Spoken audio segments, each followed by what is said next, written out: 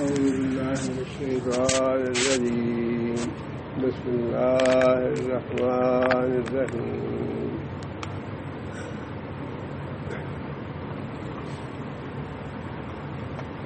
سورہ کا نام آراف ہے اور اس میں چونکہ آراف والوں کا ذکر ہے، جہنم اور جنت کے درمیان ایک اونچی جگہ ہوگی جہاں پہ ان لوگوں کو ٹھہرایا جائے گا جن کے نیک اعمال اور برے اعمال برابر ہوں گے، اور بعد میں رسول اکرم صلی اللہ علیہ وسلم کی شفاعت سے وہ لوگ جنت میں بھیجے جائیں گے۔ ان کا ذکر ہے چونکہ اس لیے سورہ کا نام بھی آراف رکھا گیا ہے۔ سورہ انعام کا تسلسل ہی سمجھیے اسے، مکی سورہ انعام بھی مکی سورہ ہے اور سورہ آراف بھی مکی سورہ ہے، سوائے چند آیات کے، اور مضمون کے اعتبار سے بھی تسلسل ہے سورہ انعام کا۔ البتہ سورہ آراف میں زیادہ ڈانٹ ڈپٹ کی گئی ہے، زیادہ تنبیہ کی گئی ہے، اور گزشتہ قوموں کے حالات اور واقعات پیش کر کے اس بات کی نصیحت کی گئی ہے کہ ان سے سبق حاصل کرو گزشتہ اقوام کے واقعات سے۔ اگر ان سے سبق حاصل نہیں کرو گے تو تمہارا حال بھی وہی ہوگا جو پہلی قوموں کا ہوا۔ اور شروع سے ہی کوئی لمبی چوڑی تمہید نہیں باندھی گئی، بلکہ ابتدا سے ہی مضمون جو ہے بڑا زوردار طریقے سے اللہ تعالیٰ نے شروع فرمایا ہے۔ کتاب یہ ایک کتاب ہے انزل الیک جو تیری طرف نازل کی گئی۔ کتاب سے مراد بعض مفسرین نے قرآن مجید لیا ہے اور بعض مفسرین نے سورہ آراف لی ہے، دونوں معنی ہو سکتے ہیں۔ سورہ آراف بھی مراد ہے فیہا کتب قیمہ، کہ یہ جو قرآن مجید ہے اس میں کتابیں ہیں سیدھی ہدایت دینے والی، سیدھی راہ دکھانے والی کتب۔ مفسرین نے لکھا ہے کہ ہر سورہ جو ہے وہ ایک کتاب بھی ہے اپنے مضمون کے اعتبار سے، اور پورا قرآن مجید جو ہے وہ بھی کتاب ہے۔ کتاب انزل الیک تیری طرف نازل کی گئی ہے، فلا یکن فی صدرک حرج منہ، پس نہیں ہونا چاہیے تیرے سینے میں حرج کوئی تنگی، من ہو اس قرآن کے نازل ہونے سے۔ نبی صلی اللہ علیہ وسلم کے سینے میں تنگی کس بات کی تھی؟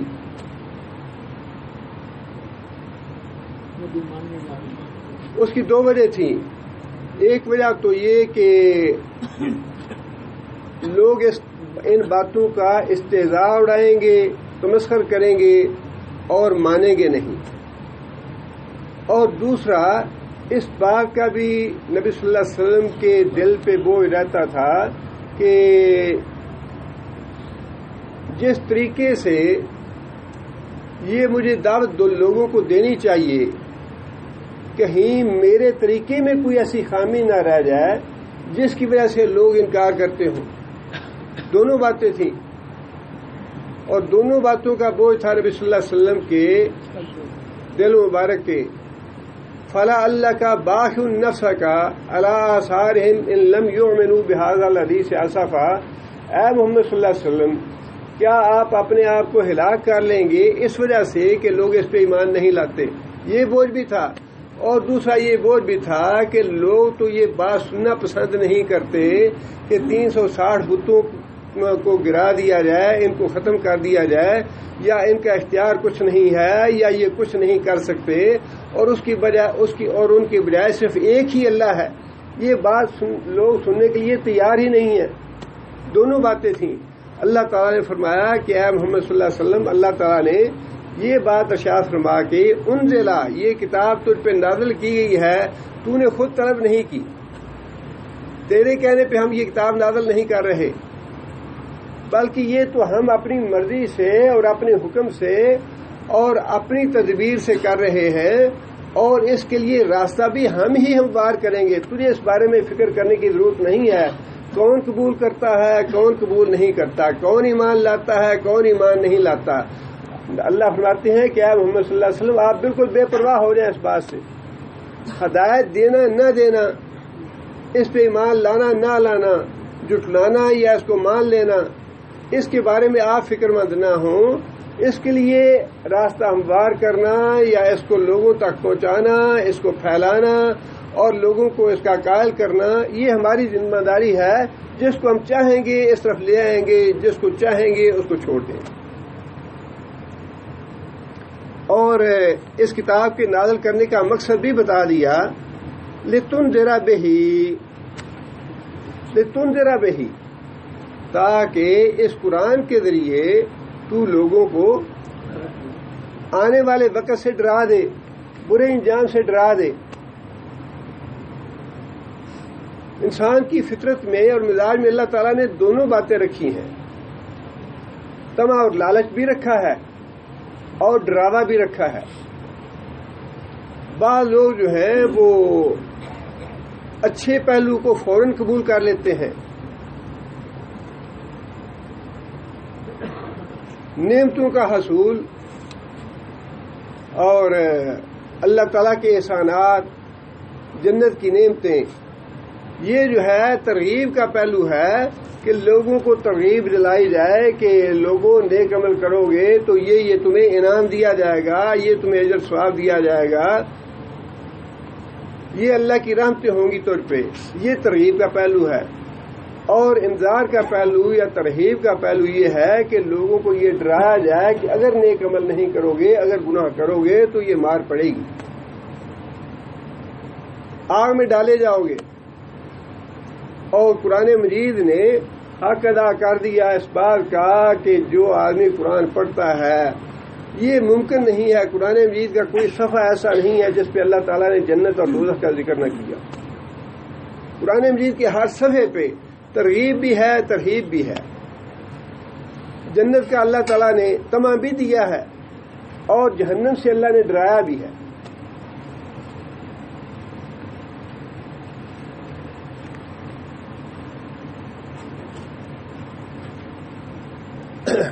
فرمایا کہ کہیں تو فرمایا کہ جہنم جو ہے لا یموت فیہا ولا یحیا، لا یموت فیہا ولا یحیا، کہ جو انسان جہنم میں چلا گیا ایک دفعہ، فرمایا کہ جب جنت اور جہنم کا فیصلہ کر دیا جائے گا تو سارے لوگوں کو ایک دفعہ بلایا جائے گا کہ جنت کے کنارے پہ آ جاؤ، جہنم کے کنارے پہ آ جاؤ،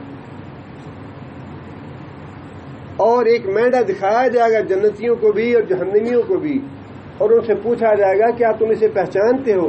جہنمی بھی کہیں گے کہ ہاں ہم اسے پہچانتے ہیں، جنتی بھی کہیں گے کہ ہم اسے پہچانتے ہیں۔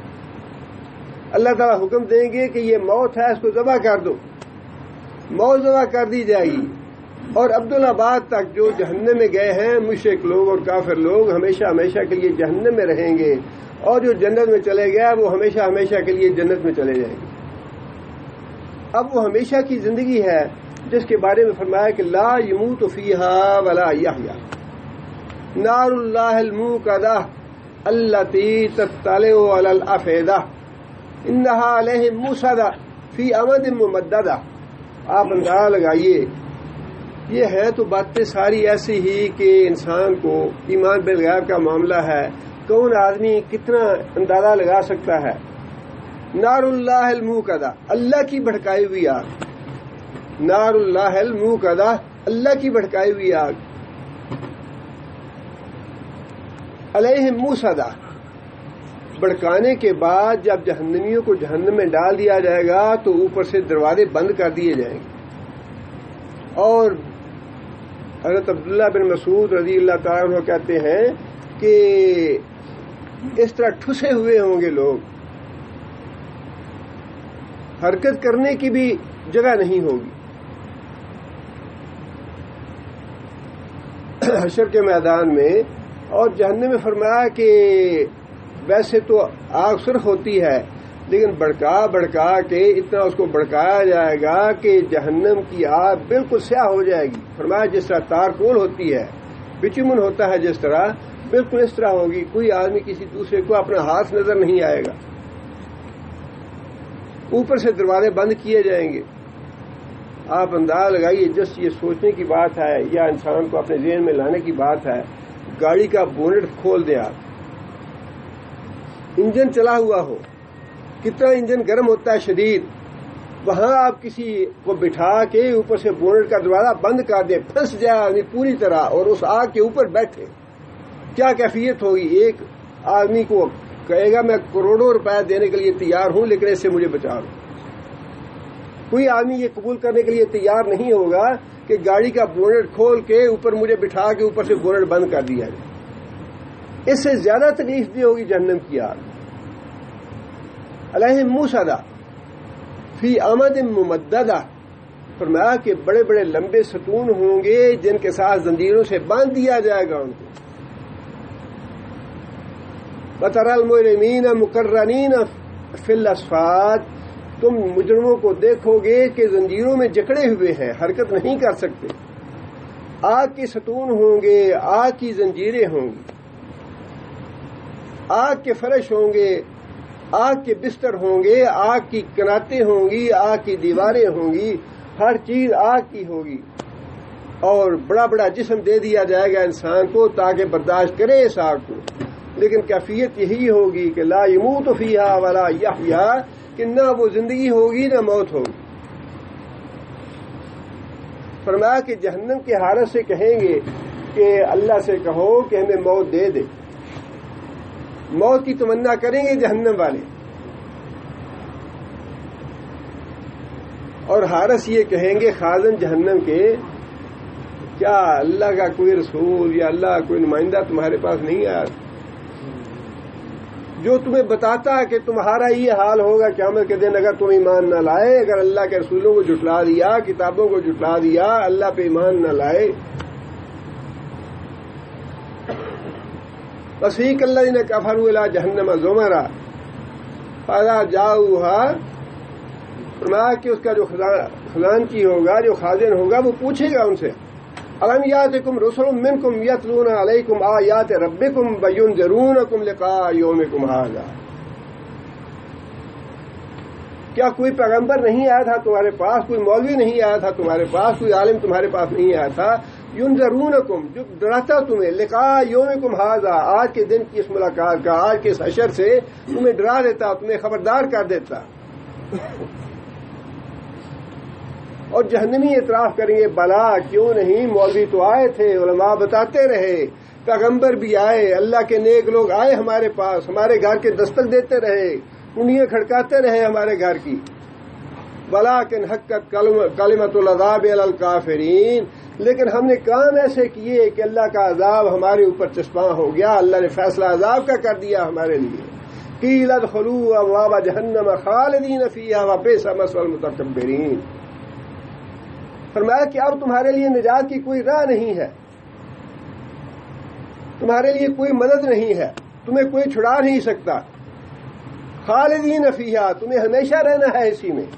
وبئس مثوى المتکبرین، یہ تمہیں پہلے بتا دیا گیا تھا کہ بڑی بری جگہ ہے جہنم، جہنم مول نہ لینا، جہنم سے بچ کے رہنا. اور قرآن نے ہی انذار نہیں کیا بلکہ خود اللہ کے رسول نے بھی کسر نہیں چھوڑی آگ سے ڈرانے میں.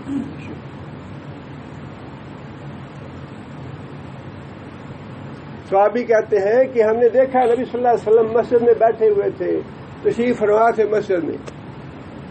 اچانک کیا خیال آیا نبی صلی اللہ علیہ وسلم کو کہ نبی صلی اللہ علیہ وسلم اٹھ کھڑے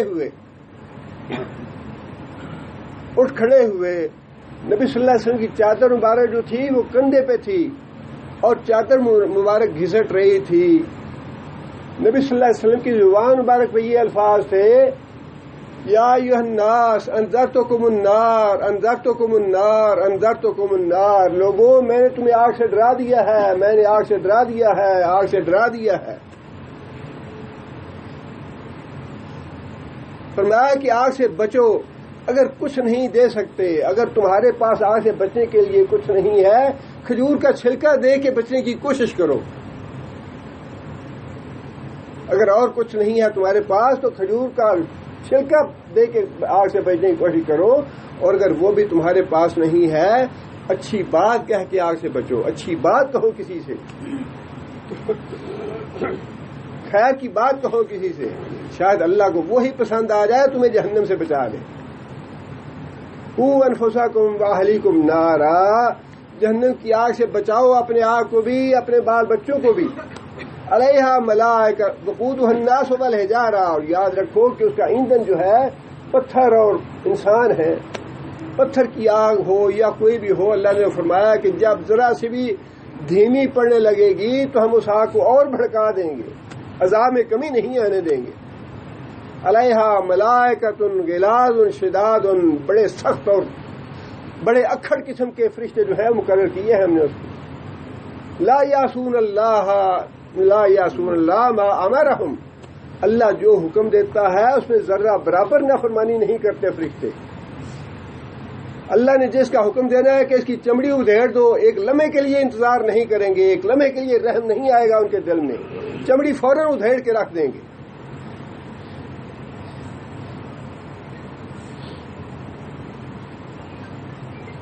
وَيَفْعَلُونَ مَا يُؤْمَرُونَ، اور جو کچھ بھی انہیں حکم دیا جائے گا وہ اس حکم کو پورا کریں گے۔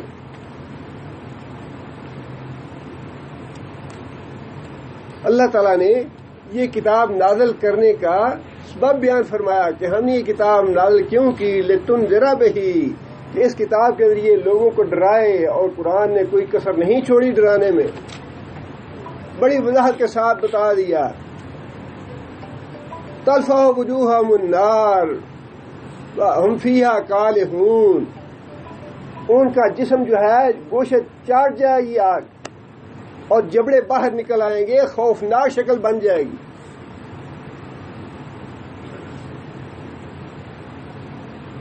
وَذِكْرَى لِلْمُؤْمِنِينَ، یہ انذار جو ہے یہ تو کافروں کے لیے ہے جو ایمان نہیں لا رہے، اور فرمایا کہ جو مومن ہیں وہ تو اس سے نصیحت حاصل کریں گے ہی۔ اہل ایمان جو ہیں وہ تو جب جہنم کا ذکر آئے گا تو اللہ تعالیٰ سے دعا کریں گے، اللہم اجرنا من النار، اللہم اجرنا من النار، اللہم اجرنا من النار۔ اور حدیث میں آتا ہے کہ جہاں کہیں قرآن مجید میں اللہ کی رحمت کا، جنت کا تذکرہ آتا تو نبی صلی اللہ علیہ وسلم اللہ کی رحمت کا سوال طلب کرتے، اور جہاں کہیں اللہ کا عذاب کا ذکر ہوتا، جہنم کا ذکر ہوتا تو نبی صلی اللہ علیہ وسلم تلاوت کے دوران ہی اللہ کے عذاب سے پناہ مانگتے، اللہم اجرنا من النار، اللہم اجرنا من النار، اللہم اجرنا من النار۔ نبی صلی اللہ علیہ وسلم نے فرمایا کہ مغرب کی اور فجر کی نماز کے بعد 7 مرتبہ دعا کیا کرو اللہم اجرنا من النار کی، کہ یا اللہ ہمیں آگ سے پناہ دے۔ اور نبی صلی اللہ علیہ وسلم نے یہ بات ارشاد فرمائی کہ جو آدمی 3 دفعہ جہنم سے پناہ مانگتا ہے تو جہنم خود اس کے لیے سفارش کرتی ہے کہ یا اللہ اس کو بچا لے مجھ سے، اور جو آدمی 3 مرتبہ جنت کی طلب کرتا ہے جنت اس کے لیے سفارش کرتی ہے کہ یا اللہ جنت عطا کر دے اس کو۔ اس دنیا میں معاملہ اللہ نے بڑا سہل اور آسان رکھا ہے، اس دنیا میں اللہ نے معاملہ بڑا سہل اور آسان رکھا ہے، لیکن قیامت کا معاملہ جو ہے اس سے اللہ پناہ دے۔ قیامت کے دن کی جو معاملہ ہے اس میں ایک لمحے کی جو رخصت ہے یا ایک لمحے کی رعایت جو ہے وہ انسان کو نہیں دی جائے، ایک لمحے کی نہیں دی جائے گی۔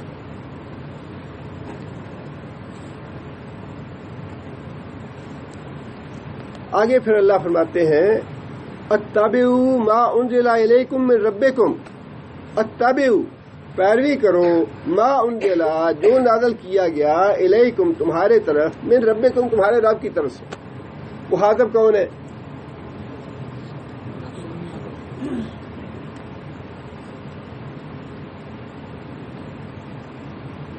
جب ہم قرآن پڑھتے ہیں اس وقت یہ بات ذہن میں رکھا کریں کہ یہ آیتیں جو ہیں مکے میں نازل ہو رہی ہیں، کافروں کے سامنے پڑھی جا رہی ہے۔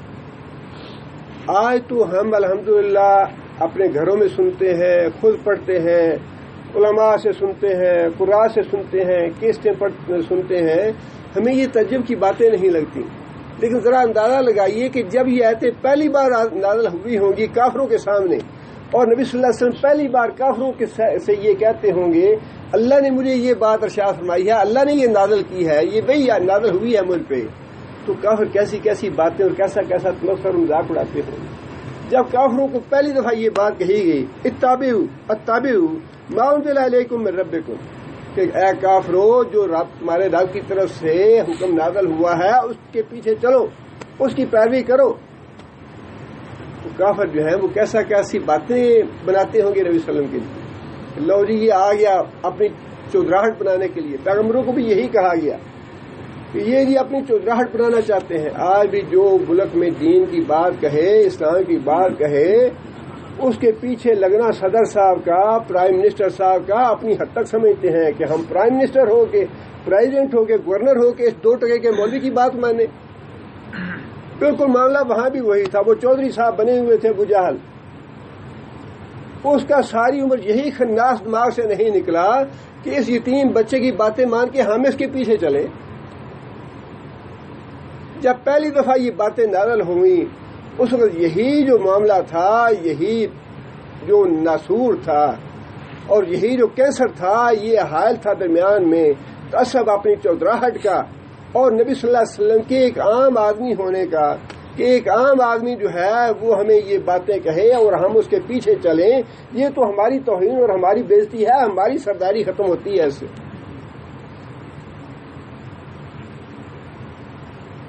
فرمایا کہ کافروں سے کہو یہ ہے محمد. اور یہی بات تھی جو نبی صلی اللہ علیہ وسلم کے دل پہ بوجھ تھا، جس وجہ سے نبی صلی اللہ علیہ وسلم دل میں تنگی محسوس کرتے تھے کہ میں لوگوں سے جا کے باتیں کہوں گا تو لوگ میری بات نہیں مانیں گے، مجھے مذاق اڑائیں گے، میرا تمسخر اڑائیں گے. میں کس طرح ان کا سامنا کروں جا کے؟ فرمایا اتبعوا ما انزل الیکم من ربکم، اے کافرو جو اللہ نے تمہارے رب نے تمہاری طرف نازل کی ہے آیتیں یا احکام، اس کی پیروی کرو. ولا تتبعوا من دونہ اولیاء، اس کے علاوہ جو سرپرست تم نے بنا رکھے ہیں، لات ہے، عزا ہے، ہبل ہے، جن کے پیچھے تم چلتے ہو، جن کی ہر بات تم تسلیم کرتے ہو. اور نبی صلی اللہ علیہ وسلم نے عدی بن حاتم کو یہ بات واضح فرما دی تھی نا. عدی کہنے لگے کہ یا رسول اللہ ہم تو رب نہیں بناتے اپنے علماء کو، آپ کہتے ہیں کہ اپنے علماء کو رب نہ بناؤ. تو نبی صلی اللہ علیہ وسلم نے حضرت علی سے پوچھا کہ کیا ایسا نہیں کہ جو تمہارے علماء تمہیں کہتے ہیں، جو تمہارے حضرت صاحب یا پیر صاحب تمہیں حکم دیتے ہیں تم منوان اس کو مان لیتے ہو، اس پہ عمل کرتے ہو؟ حضرت علی کہنے لگے ہاں یا رسول اللہ یہ تو ہوتا ہے. فرمایا تو رب بنانا اور کیا ہے؟ اللہ نے یہی بات ارشاد فرمائی کہ جو تعلیم تمہارے رب کی طرف سے نازل ہوئی تمہارے اوپر اس کے پیچھے چلو، اور جو دوسرے تم نے رب بنا رکھے ہیں، الہ بنا رکھے ہیں، یا اپنے امام بنا رکھے ہیں، یا پیر بنا رکھے ہیں، یا حضرت بنا رکھے ہیں، عالم صاحب ہیں، فاضل صاحب ہیں، وہ ساری باتیں اپنی جگہ پہ، لیکن اتباع اور پیروی جو ہے وہ صرف اللہ کے رسول کی. پیروی جو ہے وہ اللہ کے رسول کی. بات تو مکمل ہو جاتی تھی یہاں بھی کہ اتباع کرو اس چیز کی جو رب نے نازل کی، جو تمہارے رب نے نازل کی، لیکن ساتھ نفی کرنا بھی ضروری ہے کہ میں اور کسی کی بات نہیں مانوں گا. یہ نفی کرنا بھی ضروری ہے. فلا تتبعوا، پیروی کرو رب کے احکام کی اور نہ پیروی کرو غیر رب کی. غیر رب کی پیروی نہ کرنا اور رب کے احکام کی پیروی کرنا، یہ دونوں چیزیں ملیں گی تو معاملہ مکمل ہوگا. یہ دونوں نہیں ملیں گی، صرف ایک بات رہے گی تو بات مکمل نہیں ہوگی. بات مکمل یوں ہی ہوتی ہے کہ اپنے رب کی مانو اور غیر رب کی نہ مانو. بات یوں مکمل ہوتی ہے. صرف رب کی ماننے سے مکمل نہیں ہوتی. صرف یہ کہہ دیں جی ہم اپنے آئین میں قرآن سنت کے مطابق ساری باتیں لکھیں گے، اس سے بات مکمل نہیں ہوتی. یہی دھوکہ دیا ہوا ہمیں ہمارے حکمرانوں نے کہ ہم جو کچھ لکھیں گے قرآن سنت کے مطابق لکھیں گے. کتاب و سنت جو ہے وہ ہمارا آئین ہے. بات اس سے مکمل نہیں ہوتی. بات مکمل یوں ہوتی ہے آئین میں ہم کتاب و سنت کے مطابق لکھیں گے اور کتاب و سنت کے علاوہ کوئی نہیں لکھیں گے. بات یوں مکمل ہوتی ہے. لا پہلے کہنا ہے، لا الہ نفی پہلے کرنی ہے، اللہ اور اللہ کے رسول کے علاوہ کسی کی نہیں مانیں گے. دوسری بات بعد میں کہنی ہے اللہ والی، الہ اللہ ہے، اس کے علاوہ کوئی نہیں. وہی بات اللہ نے یہاں فرمائی کہ اے کافرو، مخاطب کافر ہیں، اہل ایمان تو پہلے مان چکے، اہل ایمان تو ایمان لے آئے. مخاطب کافر ہے کہ اللہ نے جو تعلیمات نازل کی تمہارے اوپر اس کو مانو اور غیر اللہ کی اتباع نہ کرو، غیر اللہ کی نہ مانو. بات یوں مکمل ہے. قلیلا ما تذکرون. آگے پھر اللہ نے خود ہی فرما دیا اکثریت جو ہے وہ بے ہدایتوں کی ہی رہتی ہے، اکثریت نصیحت قبول نہیں کرتی. قلیلا ما تذکرون. تم لوگ نصیحت کم ہی قبول کرتے ہو، بڑے تھوڑے لوگ ہیں جو نصیحت قبول کرتے ہیں. آگے پھر اللہ تعالیٰ نے بغیر کسی لمبی چوڑی تمہید کے واقعات شروع کر دیے، پچھلی قوموں کا حوالہ دیا کہ تم نہیں مانتے. تو یہ بات یاد رکھو، تمہارے نہ ماننے سے اللہ کے رسول کا نقصان نہیں ہے، نقصان تمہارا اپنا ہے. فرمایا وَكَمْ مِنْ قَرْيَةٍ أَهْلَكْنَاهَا فَجَاءَهَا بَأْسُنَا بَيَاتًا أَوْ هُمْ قَائِلُونَ. اللہ فرماتے ہیں کہ تم سے پہلے کتنی ایسی قومیں گزر چکی ہیں. وَكَمْ مِنْ قَرْيَةٍ. کتنی ہی بستیاں یا کتنی ہی قومیں تم سے پہلے گزر چکی ہیں. أَهْلَكْنَاهَا. ان سب کو ہم نے ہلاک کیا. فَجَاءَهَا بَأْسُنَا. ان پہ ہمارا عذاب آیا. بیاتن. رات کو سوتے ہوئے. او ہم قائلون. یا اس وقت جب وہ قائلون کیلولہ کر رہے تھے. کیلولہ کیا ہوتا ہے؟ دوپہر کا کھانا کھانے کے بعد تھوڑی دیر کے لیے آرام کرنے کو کیلولہ کہتے ہیں. آدمی سوئے یا نہ سوئے لیکن کھانے کے بعد تھوڑی دیر آرام کرنے کو کیلولہ کہتے ہیں. آدمی کو نیند کب پڑتی ہے؟ جب انسان بڑا پرسکون ہوتا ہے، ہر طرح سے انسان مطمئن ہوتا ہے. ٹینشن میں، پریشانی میں، تکلیف میں انسان کہتا ہے جی ساری رات جاتا رہا، نیند نہیں آئی، بڑی پریشانی رہی. نیند آتی ہی تب ہے جب انسان بے خوف ہوتا ہے، جب بے ڈر ہوتا ہے انسان، جب کسی طرح کی پریشانی نہیں ہوتی، جب کوئی ٹینشن نہیں ہوتی. اللہ کے رسول نے تو یہ بات ارشاد فرمائی نا کہ جو آدمی جنت کی نعمتوں کے بارے میں جانتا ہے وہ بھی آرام کی نیند نہیں سو سکتا. اس میں طلب ہے کہ میں دوڑوں اللہ کی مغفرت کی طرف، میں بھاگوں اللہ کی مغفرت کی طرف. راتوں کو اٹھ کے اللہ کے حضور رونا، جاگنا، نمازیں پڑھنی، اللہ سے معافیاں مانگنی. رات کو نیند نہیں آئے گی اسے جس کو جنت کی نعمتوں کا علم ہے. اور فرمایا کہ جس کو جہنم کی سزاؤں اور عذابوں کا علم ہے رات کو نیند اس کو بھی نہیں آ سکتی. اس دنیا میں چین نہیں ہے، یہ دنیا چین کی جگہ نہیں ہے. یہ دنیا جو ہے یہ مسلسل پریشانی، دکھ اور تکلیفوں کی جگہ ہے. خواہ وہ انسان غم اپنے آپ کو دین کا لگا لے یا دنیا کا لگا لے، یہ اب انسان کی اپنی مرضی ہے.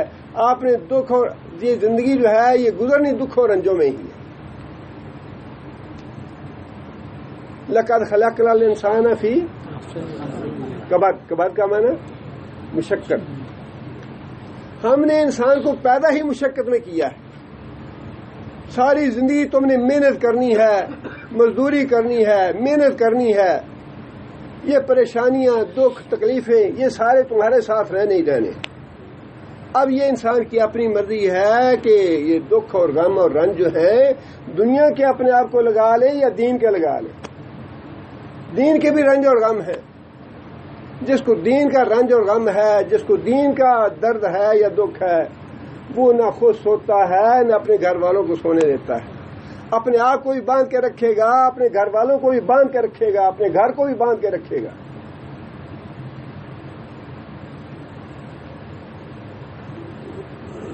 فرمایا کہ بے فکر تھے وہ کوئی رنج نہیں تھا، کوئی دکھ نہیں تھا، بڑا چین، بڑا سکون، بڑا امن.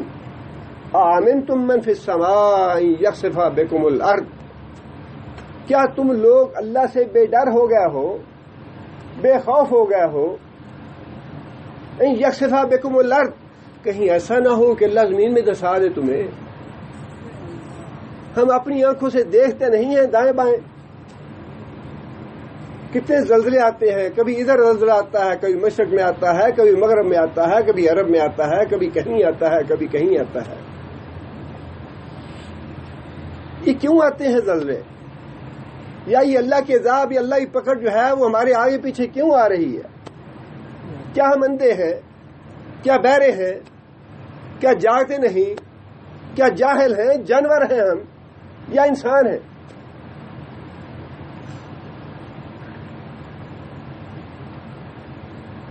ام امنتم من فی السماء ان یرسل علیکم حاصبا فستعلمون کیف نذیر. آمنتم من فی السماء، کیا تم بے ڈر ہو گیا ہو، بے خوف ہو گیا اس ذات سے جو آسمانوں میں ہے. ان یرسل علیکم حاصبا، کہیں ایسا نہ ہو کہ اللہ تمہارے اوپر پتھروں کی بارش برسا دے آسمانوں سے. کیا قوم لوط پہ بارش نہیں برسی تھی پتھروں کی؟ پتھروں کی بارش برسائی اللہ نے یا نہیں برسائی؟ تو پھر تم کیوں بے خوف ہو گئے ہو اللہ کے پکڑ سے، اللہ کے عذاب سے؟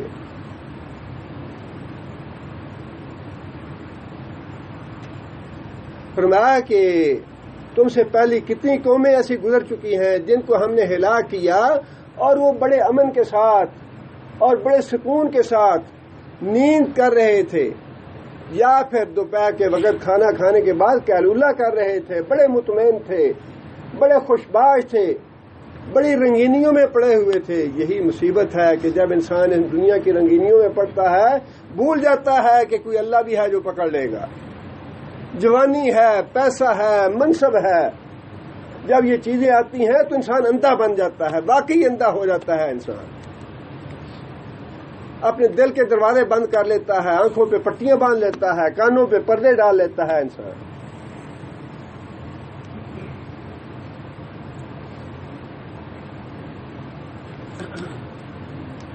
آگے اللہ فرماتے ہیں فما کان دعواہم اذ جاءہم باسنا الا ان قالوا انا کنا ظالمین.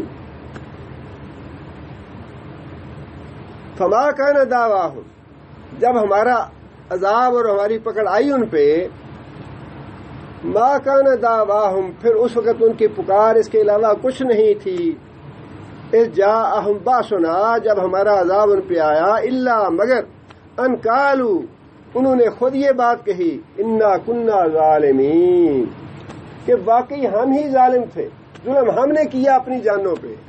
پیغمبر تو آئے تھے، مولوی تو آتے رہے، لوگ قرآن پڑھ کے سناتے رہے، وعظ و نصیحت ہوتی رہی، جمعے جا کے پڑھتے رہے، ساری باتیں سنتے رہے، لیکن ہم نے کانوں کی کھڑکیاں بند کر کے رکھی، آنکھوں پہ پٹیاں ڈال کے رکھی، بات سن کے نہیں دی ہم نے. فرمایا کہ اس وقت انہوں نے یہ کہا انا کنا ظالمین، کہ ہم لوگ ظالم ہیں. اب اس کے بعد کی بات جو ہے نا، کہ جب انہوں نے یہ اعتراف کر لیا انا کنا ظالمین، تو پھر ان قوموں سے جا کے پوچھ لو کہ ان کے اعتراف کے بعد ہم نے چھوڑا یا نہیں چھوڑا انہیں. جب عذاب آ جاتا ہے پھر اللہ چھوڑتے نہیں ہیں. جب عذاب یہ انا کنا ظالمین میں تنبیہ ہے اس بات کی کہ جن قوموں کو ہم نے ہلاک کیا ان قوموں کے واقعات ذرا پڑھ کے دیکھو کہ جب ہمارا عذاب ان پہ آیا، جب ہماری پکڑ ان پہ آئی، تو پھر کیا ان کے اس اعتراف سے ہم نے کوئی رعایت کی ان کی؟ اس وقت خواہ کتنا ہی کہتے رہے لو کننا نسمع او ناقلو ما کننا فی اصحاب السعیر، اے کاش کہ ہم ان کانوں سے بات سنتے لوگوں کی. لو کننا نسمع او ناقلو، یا ہم عقل سے کام لیتے، سوچ سمجھ سے کام لیتے. زندگی ساری گزار دی ٹی وی ایجاد کرتے ہوئے، زندگی ساری گزار دی گوگل ایجاد کرتے ہوئے، زندگی ساری گزار دی موبائل ایجاد کرتے ہوئے، اور دنیا بڑی خوش ہوئی جی فلاں نے یہ انسانیت کی بہت بڑی خدمت کر دی، انسانیت کی بہت بڑی خدمت کر دی۔ اور اللہ تعالیٰ معاف کرے، ہمارے بعض جو ہے نا پڑھے لکھے لوگ، کیا کہنا چاہیے، بڑے لٹو ہو جاتے ہیں۔ دوست کہنے لگے جی واہ کیا کمال ہے انگریزوں کا، کتنی ترقی کی ہے انگریزوں نے۔ ہم نے گوگل میں دیکھا، اپنا ملک دیکھا، پھر اپنا ہم نے صوبہ دیکھا، پھر ہم نے اپنے لاہور دیکھا، لاہور میں پھر ہم نے اپنا محلہ دیکھا، اپنے محلے میں ہم نے اپنی گلی دیکھی۔ واہ کیا بات ہے، انگریزوں نے کیا کمال کر دیا ہے کہ ہمارے گھر تک پوری چیز جو ہے وہ ساری کی ساری نیٹ میں ڈال دیا، گوگل میں ڈال۔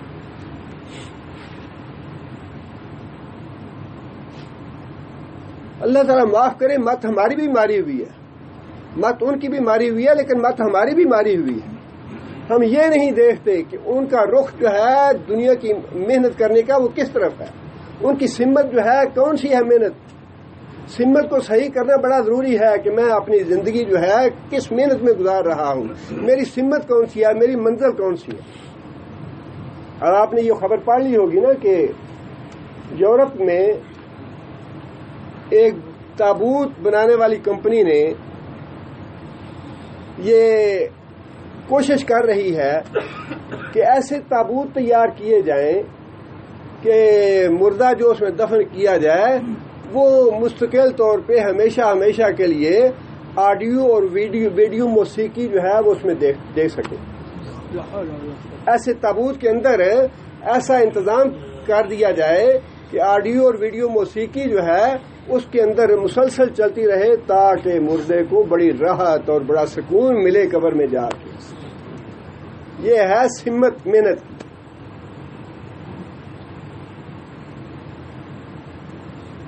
اس بات کا شعور ہی نہیں ہے کہ مرنے کے بعد کہاں جانا ہے، مرنے کے بعد کیا ہوتا ہے۔ یہ تو اللہ اور اللہ کے رسول کا بڑا احسان ہے کہ اس جگہ پہ جانے سے پہلے ہمیں بتا دیا کہ لوگوں وہاں یہ کچھ ہو رہا ہے، وہاں یہ کچھ ہونا ہے۔ جن کی سمت جو ہے وہ ساری زندگی مادی ترقی میں گزر رہی ہے، آپ اندازہ لگائیے۔ ایک بات تو اسے یہ معلوم ہوتی ہے کہ ان کی زندگی کا محور کیا ہے، موسیقی۔ ان کی زندگی کا محور اور مرکز کیا ہے، موسیقی ہے، کہ موسیقی ہے تو باقی کوئی پرواہ نہیں، اور مرنے کے بعد بھی ہمیں موسیقی کی ضرورت ہے۔ اور دوسری یہ بات معلوم ہوتی ہے کہ اللہ تعالیٰ نے جو یہ بات ارشاد فرمائی کہ کل انام بل ہم اضل، کافر جو ہے یہ جانوروں سے بھی بدتر مخلوق ہیں، جانوروں سے بھی بدتر ہیں۔ ان کی آنکھیں انسانوں کی آنکھیں نہیں ہیں، کتے اور گدھے کی آنکھیں ہیں ان کے دل اور دماغ انسانوں کے دل اور دماغ نہیں ہیں، یہ خنزیر اور کتے کے دل اور دماغ ہیں، جس کو یہ استعمال نہیں کر رہے جس مقصد کے لیے اللہ نے دیا تھا۔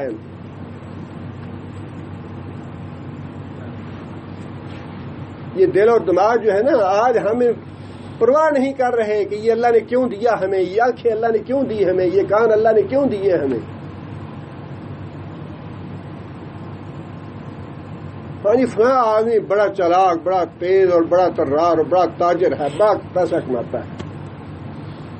یہ تو اللہ نے دیے نہیں، اس لیے نبی صلی اللہ علیہ وسلم کے سامنے سے ایک آدمی گزرا اور نبی صلی اللہ علیہ وسلم نے پوچھا یہ آدمی اس کے بارے میں کیا خیال ہے تمہارا، وہ بھی مسلمان تھا۔ صحابہ نے عرض کیا یا رسول اللہ امیر کبیر آدمی ہے، اس کی سفارش کوئی رد نہیں کر سکتا، کسی سے اگر نکاح مانگے تو آدمی فخر محسوس کریں گے اس پہ۔ اس کے بعد نبی صلی اللہ علیہ وسلم خاموش ہو گئے۔ ایک اور آدمی گزرا تو پھر نبی صلی اللہ علیہ وسلم نے پوچھا اس آدمی کے بارے میں تمہارا کیا خیال ہے؟ صحابہ نے عرض کیا یا رسول اللہ بس عام سا آدمی ہے، کسی کو اس کی پرواہ نہیں ہے، سفارش کرے گا تو کوئی مانے گا نہیں اس کی، اور کسی سے اگر کوئی نکاح مانگے گا تو نکاح دینے کے لیے کوئی تیار نہیں ہے اس کو۔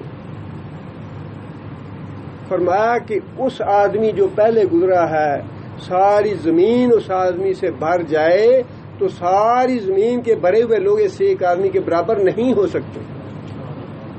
یہ جو مومن ہے جو نامعلوم ہے، جس میں کوئی شہرت کی بات نہیں ہے، جس میں کوئی ریا والی بات نہیں ہے، جس کو لوگ جانتے نہیں ہیں، اور جو کچھ وہ کر رہا ہے وہ اللہ کو راضی کرنے کے لیے کر رہا ہے، فرمایا کہ اس آدمی سے ساری زمین بھی بھر جائے تو اس کے مقابلے میں یہ آدمی بھاری ہے اس سے۔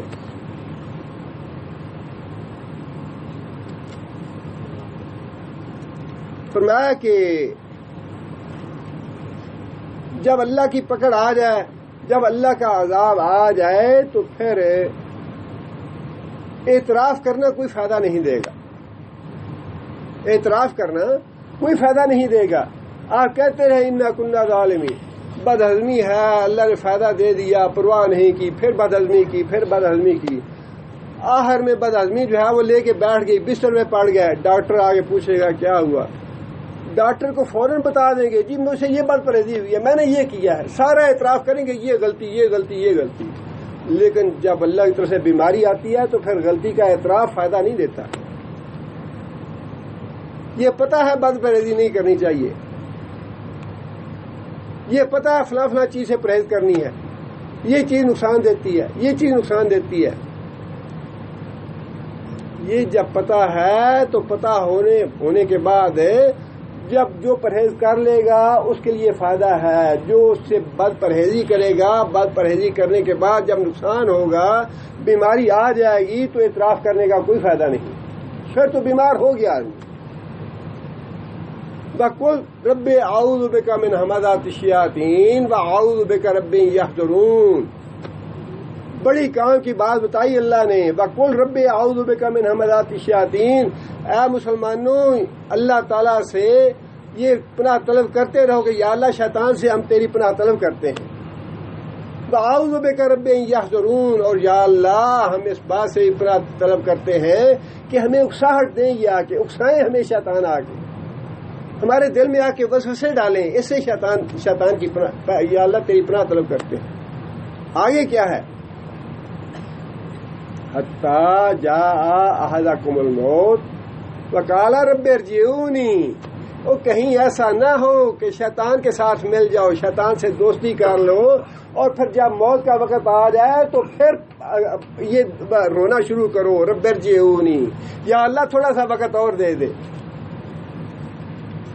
فرمایا کہ جب زندگی دی ہے تو اس وقت شیطان سے دور رہو، شیطان کو اپنا دشمن سمجھو، اللہ کی پناہ طلب کرو شیطان سے، کہیں ایسا نہ ہو جائے۔ اب یہ کتنی اللہ تعالیٰ کی ہمدردی، شفقت اور محبت ہے انسانوں سے، اللہ کا کتنا رحم ہے انسانوں پہ۔ بیٹا وقت ضائع نہ کرنا، کہیں فیل نہ ہو جانا، بیٹا بری سوسائٹی میں نہ پڑنا، کہیں جیل میں نہ چلے جانا، بیٹا برے لوگوں کے ساتھ نہ جانا، کہیں ایسے نہ ہو جائے، کہیں یہ نہ ہو جائے، کہیں یہ نہ ہو جائے۔ جس طرح آپ اپنے بیٹے کی ہمدردی کرتے ہیں، خیر خواہی کرتے ہیں، اللہ تعالیٰ نے ویسے ہی ہمدردی کی ہے ہماری، کہ لوگوں شیطان سے کو دشمن سمجھو اپنا، اللہ کی پناہ طلب کرتے رہو ساری زندگی، کہیں ایسا نہ ہو۔ حتیٰ جاء احدکم الموت، موت کا فرشتہ آ جائے تمہارے پاس، وقال رب ارجعونی، اور پھر اس وقت کہنے لگو یا اللہ مجھے تھوڑا سا وقت دے دے، لعلی اعمل صالحا، میں کوئی نیک عمل کر لوں، میں کوئی قرآن کا ایک لفظ پڑھ لوں، یا اللہ کوئی نماز پڑھ لوں، یا اللہ تیرا ذکر کر لوں، یا اللہ کوئی صدقہ خیرات کر لوں، رب ارجعونی لعلی اعمل صالحا فیما ترکت، یا اللہ جو دنیا میں چھوڑ کے جا رہا ہوں اس دنیا میں ایک لمحے کے لیے مجھے واپس بھیج دے۔ انا کنا ظالمین، یا اللہ ہم واقعی ظالم تھے، ہم اعتراف کرتے ہیں ہم گناہ گار ہیں، لیکن یا اللہ تھوڑی سی مہلت دے دے، لعلی اعمل صالحا، ایک نیکی کرنے کی اجازت دے دے یا اللہ، صرف زبان سے لا الہ الا اللہ کہنے کی اجازت دے دے۔ جواب یہ ہوگا، جواب یہاں بھی وہی ہے اور وہاں بھی وہی ہے، کلا، اب یہ ترلے منتیں کرنی تمہارے کسی کام کی نہیں ہیں، یہ سب بیکار ہیں۔ اب تمہارا رونا دھونا اور معذرتیں کرنی، اپنے گناہوں کا اعتراف کرنا سب بیکار ہے۔ کلا انہا کلمۃ هو قائلها ومن ورائہم برزخ الی یوم یبعثون، فرمایا کہ اب تم نے آگے جانا ہے، اب تمہیں دنیا میں دوبارہ نہیں بھیج سکتے، یہ قانون نہیں ہے ہمارا، ایک لمحے کی چھٹی نہیں مل سکتی، ایک لمحہ نہیں مل سکتا تمہیں، اب جو کچھ ہم نے وقت دیا تھا اس وقت میں جو تم نے کرنا تھا کر لیا، وَلَن يُؤَخِّرَ اللَّهُ نَفْسًا إِذَا جَاءَ أَجَلُهَا، جب اس کی اجل آ گئی بندے کی، جب اللہ نے پکڑ لیا، اللہ کا عذاب آ گیا، لن یؤخر اللہ، ہرگز اللہ مؤخر نہیں کرے گا اس کو، ہرگز اللہ ڈھیل نہیں دے گا، ہرگز اللہ رعایت نہیں کرے گا. کلا انہا کلمۃ ہوا قائلها، یہ ایسے بکواس کرتا ہے کہ مجھے ایک لمحہ اور دے دو میں نیکی کروں. فرمایا اب اس کو آگے جانا ہے، پیچھے نہیں جانا. قیامت تک کے لیے اب دنیا کی زندگی میں اور آخرت کی زندگی میں پردہ حائل ہو گیا ہے، یہ پردے کو عبور نہیں کر سکتا، اب واپس نہیں جا سکتا. جو کرنا تھا کر لیا، جو ہم نے مہلت دینی تھی وہ مہلت دے دی، اور جو اس نے اچھا برا کرنا تھا وہ کر لیا. اب آگے آ کے ہمارے پاس حساب دینے کا معاملہ جو ہے وہ باقی رہ گیا. اس سے ایک بات تو یہ بتانی مطلوب تھی انا کننا ظالمین سے، کہ جب اللہ کی پکڑ آ جائے تو پھر اعتراف بے فائدہ ہے، اعتراف بے فائدہ ہے. اور دوسرا یہ بتلانا مقصود ہے کہ جو پہلی قومیں تم سے گزر چکیں ان کے حالات پڑھو اور ان سے عبرت حاصل کرو کہ جب انہوں نے یہ کہا انا کننا ظالمین، کیا ہم نے ان کو رعایت دی کوئی؟ ہم نے ان کو چھوٹ دی کوئی؟ ہم نے ان سے عذاب ٹالا کوئی؟ جب ان سے نہیں ٹالا، ان کو رخصت نہیں دی، ان کو چھوٹ نہیں دی، تو پھر تمہیں چھوٹ کیسے دیں گے؟ عقبہ بن معیط وہ ظالم انسان تھا، ملعون انسان تھا، رسول اکرم صلی اللہ علیہ وسلم کے گلے میں چادر ڈال کے قتل کرنے کی کوشش کی. حضرت ابوبکر صدیق رضی اللہ تعالیٰ عنہ نے آگے بچایا اس کو. اس کے بعد اللہ تعالیٰ نے کتنا عرصہ مہلت دی اس کو، کتنا عرصہ مہلت دی، کئی سال مہلت دی. جنگ بدر 2 ہجری میں ہوئی اور اس سے پہلے بھی 10 سال اللہ تعالیٰ نے اس ظالم انسان کو، ملعون انسان کو 12 سال مہلت دی، 12 سال. لیکن جب بدر میں اللہ تعالیٰ نے خوب جوت مارے کافروں کو اور اللہ تعالیٰ نے بدلہ لیا مسلمانوں کا کافروں سے، تو پھر نبی صلی اللہ علیہ وسلم نے حکم دیا کہ اس بدبخت کو قتل کرو.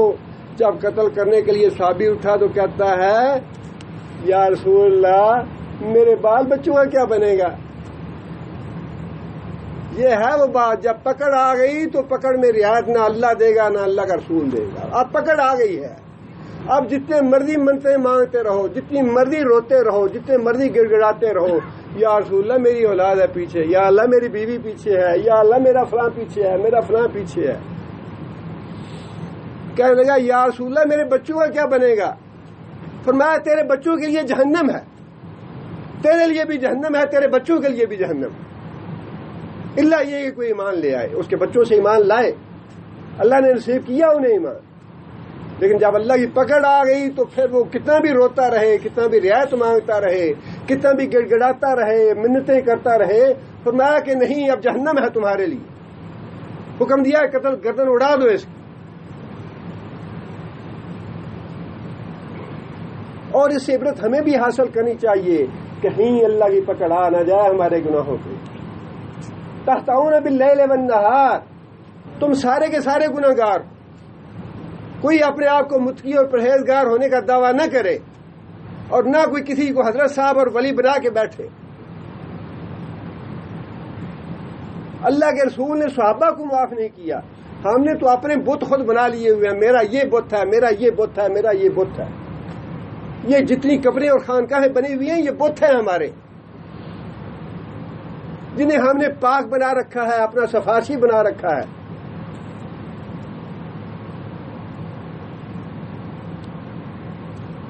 صحابی فوت ہوا عثمان بن مظعون، سابقون الاولون میں سے، مصیبتیں، تکلیفیں، آزمائشیں جھیلیں اسلام کے لیے.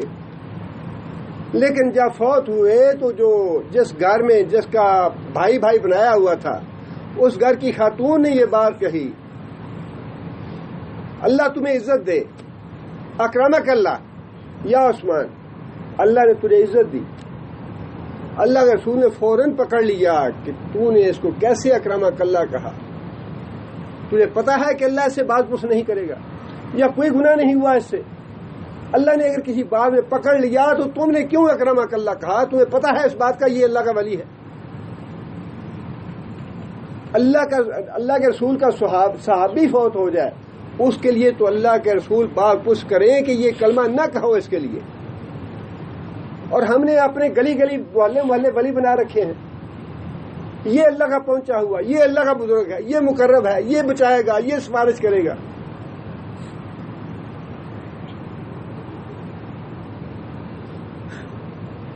فرمایا کہ جب پکڑ آئی اللہ کی تو انہوں نے اعتراف بھی کیا.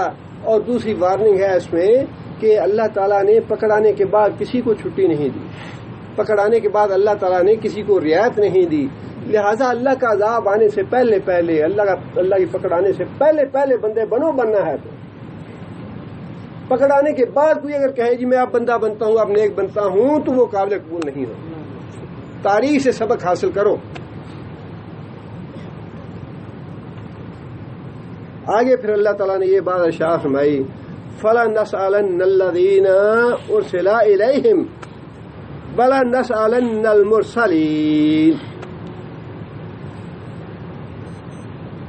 وَلَنَسْأَلَنَّ الَّذِينَ أُرْسِلَ إِلَيْهِمْ، اور ہم ضرور سوال کریں گے ان لوگوں سے جن کی طرف ہم نے رسول بھیجے. جن قوموں کی طرف. مخاطب کون ہے؟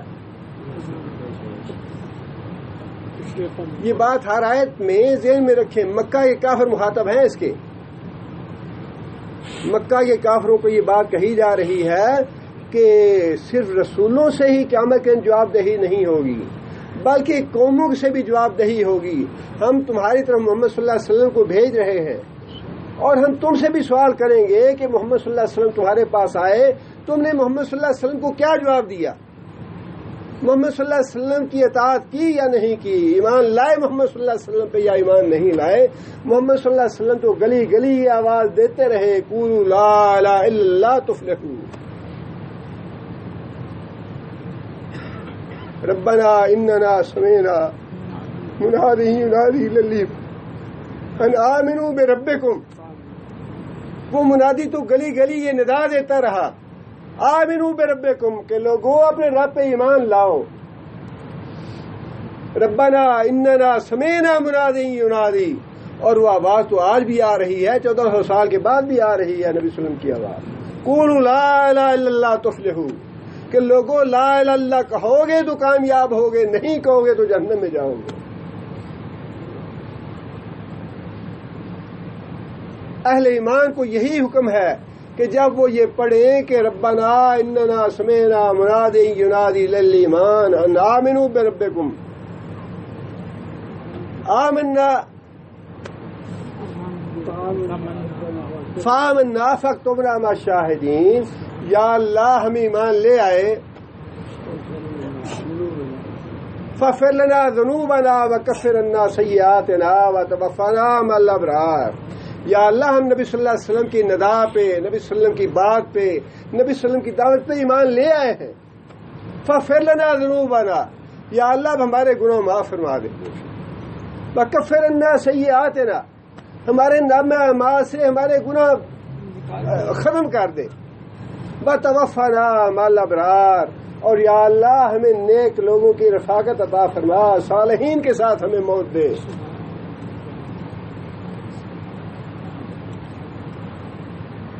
اللہ فرماتے ہیں کہ ہم دونوں سے سوال کریں گے.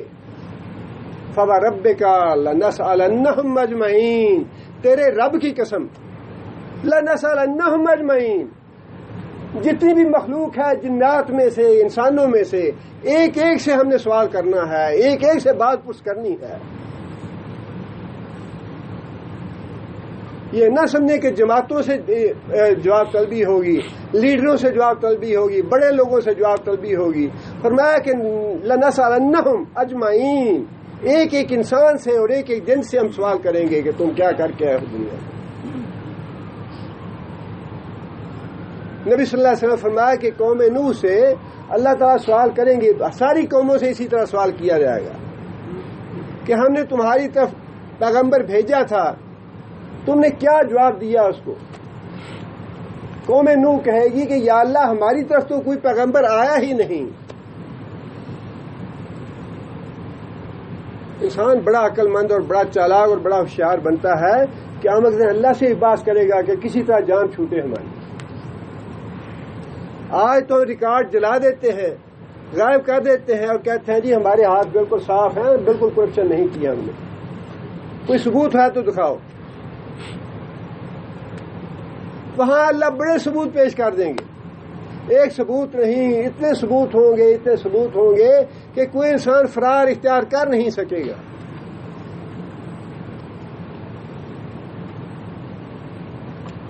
اللہ تعالیٰ نوح علیہ السلام سے پوچھیں گے کہ اے نوح، قوم نے تمہارا انکار کر دیا کہ ہمارے پاس نوح نہیں آیا تھا، اب تم یہ بتاؤ تمہارا گواہ کون ہے؟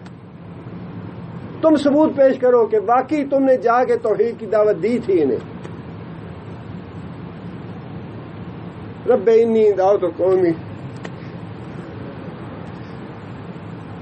لیلا ونہارا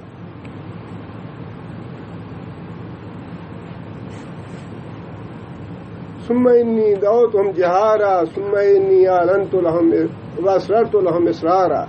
یا اللہ میں نے رات بھی ان کو دعوت دی، یا اللہ دن کو بھی دعوت دی، یا اللہ چھپا چھپا کے بھی کہ ادھر آؤ بھائی میں تم سے بات کرنا چاہتا ہوں. لوگوں سے الگ کر کے بھی بات کی اور اعلانیہ سارے لوگوں کو اکٹھے بھی دعوت دی. ثم اعلنت لہم واسررت لہم اسرارا. ہر طریقے سے یا اللہ میں نے بات بتائی، لیکن پھر بھی قوم کہے گی نہیں ہمارے پاس کوئی نہیں ہے. نوح علیہ السلام کہیں گے کہ یا اللہ محمد صلی اللہ علیہ وسلم کی امت میری گواہ ہے. کتنا بڑا اعزاز ہے امت محمدیہ کے لیے، کتنا بڑا اعزاز ہے جو قیامت کے دن امت مسلمہ کو حاصل ہوگا. اللہ تعالیٰ پوچھیں گے کہ اے امت محمدیہ، کیا تم اس بات کی گواہی دیتے ہو کہ نوح علیہ السلام گئے تھے اپنی قوم کی طرف؟ امت محمدیہ کہے گی کہ ہاں یا اللہ ہم اس بات کی گواہی دیتے ہیں کہ نوح علیہ السلام نے حق تبلیغ ادا کیا تھا. قوم نوح کہے گی کہ تم تو اس وقت موجود ہی نہیں تھے، تم تو سب سے بعد میں آنے والے ہو، تم کیسے گواہی دیتے ہو؟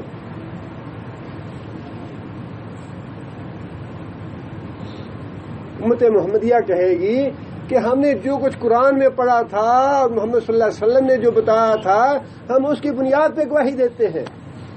ہم نے قرآن میں یہ پڑھا تھا کہ نوح علیہ السلام آئے اپنی قوم کی طرف اور اپنی قوم کو دعوت دی توحید. معاملہ اتنا آسان نہیں ہے جتنا ہلکا اور آسان ہم نے سمجھ رکھا ہے. جان بڑی مشکل چھوٹنی ہے. یہاں پہ آپ اندازہ کریں، اقامے کا مسئلہ آ جاتا ہے، کفالت کا مسئلہ آ جاتا ہے، کوئی اور قانونی انسان کہتا ہے یہ بڑی مصیبت ہے، بڑی پریشانی ہے، یہ تکلیف ہے، یہ تکلیف آ گئی. چھلنیوں سے گزر کے جانا ہے، وہاں پہ چھلنیوں سے گزرنا پڑے گا. سب سے بڑی چھلنی پہلی قبر کی چھلنی،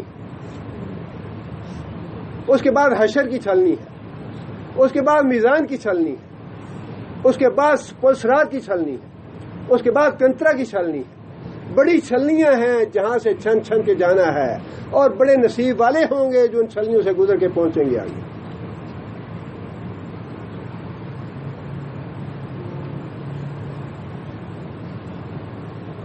فرمایا کہ ہم قوموں سے بھی سوال کریں گے، اور یہ مخاطب ہے کفار مکہ کہ ہم نے تم سے پوچھنا ہے قیامت کے دن کہ محمد صلی اللہ علیہ وسلم تمہارے پاس آئے تھے، تم نے کیا سلوک کیا محمد صلی اللہ علیہ وسلم کے ساتھ؟ کیا ان کی بات مانی یا ان کی بات کا مذاق اڑایا، ان کی تکذیب کری، ان کو قتل کرنے کی کوشش کی، ان کے پیچھے پڑ گئے؟ کیا سلوک کیا تو نے محمد صلی اللہ علیہ وسلم کے ساتھ؟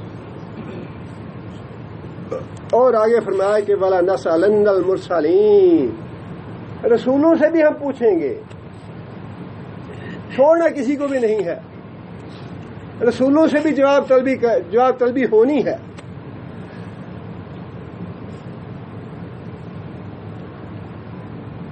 باقی انبیاء کرام جو ہیں ان کی تو بات کی ہے کہ ان سے جواب طلبی کیسے ہوگی. خود رسول اکرم صلی اللہ علیہ وسلم نے حجۃ الوداع کے موقع پہ لوگوں سے یہ بات کہی کہ لوگوں قیامت کے دن تم سے میرے بارے میں پوچھا جائے گا. حل ادعی تو کیا میں نے تبلیغ کا حق ادا کیا کہ نہیں؟ حل بلغ تو مجھے بتاؤ کہ میں نے اللہ کا پیغام تم تک پہنچایا کہ نہیں؟ 1 لاکھ سے زیادہ انسان جو ہیں انہوں نے گواہی دی. بلغتا یا رسول اللہ، ادیتا یا رسول اللہ، یا رسول اللہ آپ نے حق تبلیغ ادا کر دیا، آپ نے اللہ کا پیغام پہنچا دیا ہمیں۔ اور اللہ کے رسول کو اتنا ڈر تھا قیامت کی حاضری کا کہ اسی مجمع میں یہ بات اللہ کو مخاطب کر کے فرمائی، اللہم اشہد، اللہم اشہد، اللہم اشہد، یا اللہ تو بھی گواہ رہنا کہ میں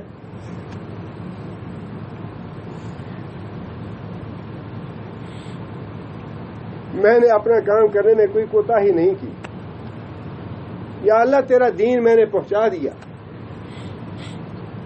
توحید تیری دنیا میں پہنچا دی۔ اور محمد صلی اللہ علیہ وسلم کے بعد کن سے سوال ہونا ہے؟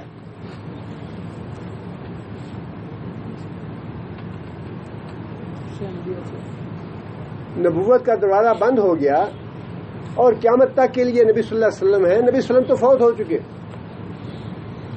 اب اس کے بعد دین کو پہنچانے کی، دین کو دعوت دینے کی ذمہ داری جو ہے وہ کس پہ ہے؟ اس امت کے لوگوں پہ ہے، درجہ بدرجہ۔ علماء حق بھی ٹھیک ہے، ان کی ذمہ داری بھی ہے، لیکن درجہ بدرجہ جتنا جتنا علم ہے اس علم کے مطابق ہر بندے سے سوال ہوگا امت محمدیہ کا۔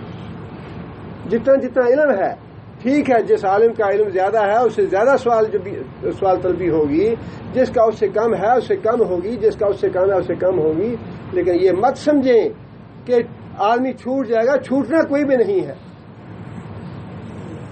اور اس بات سے تو کوئی بھی نہیں چھوٹ سکتا کہ تم نے اپنے بال بچوں کی ذمہ داری پوری کی یا نہیں کی، بال بچوں کو دین سکھایا یا نہیں سکھایا۔ دوسروں کی بات تو ٹھیک ہے چھوڑ دیجئے کہ کون کتنا ذمہ دار ہے اللہ کے نزدیک، کتنا ذمہ دار نہیں ہے، لیکن بال بچوں کی، بیوی بچوں کی ذمہ داری سے تو کوئی بھی مبرہ نہیں ہے، اس سے تو کسی کو بھی رعایت نہیں ملنی۔ بال بچوں تک میرا قرآن اور رسول کی حدیث پہنچائی یا نہیں پڑھائی، ان کو یہ پڑھایا یا نہیں پڑھایا۔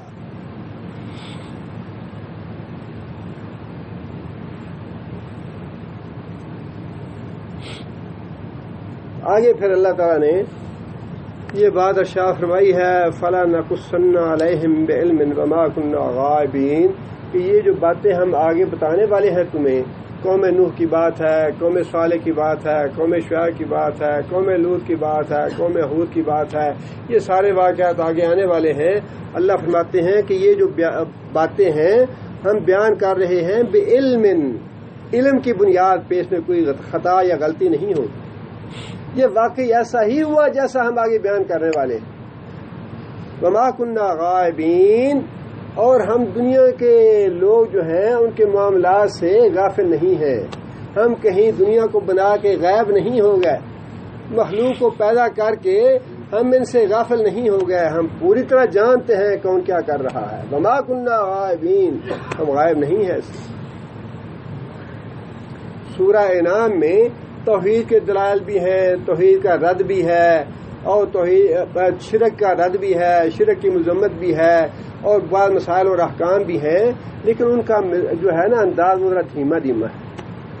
سورہ اعراف میں انداز جو ہے وہ بڑا جارحانہ اور بڑا سخت قسم کا ہے، ڈانٹ ڈپٹ کا ہے۔ اس لیے ایک تو پچھلی قومیں انہوں نے رسولوں کی تکذیب کی، رسولوں کو اذیت دی، رسولوں کے پیچھے پڑ گئے، ان کے واقعات ویسے ہی بڑے سخت تھے، کیونکہ ان کے حوالے سے اللہ تعالیٰ نے تنبیہ کرنی تھی قریش مکہ کو، لہذا اس تنبیہ کا انداز بھی بہت سخت ہے، بہت زیادہ ڈانٹ ڈپٹ کا ہے۔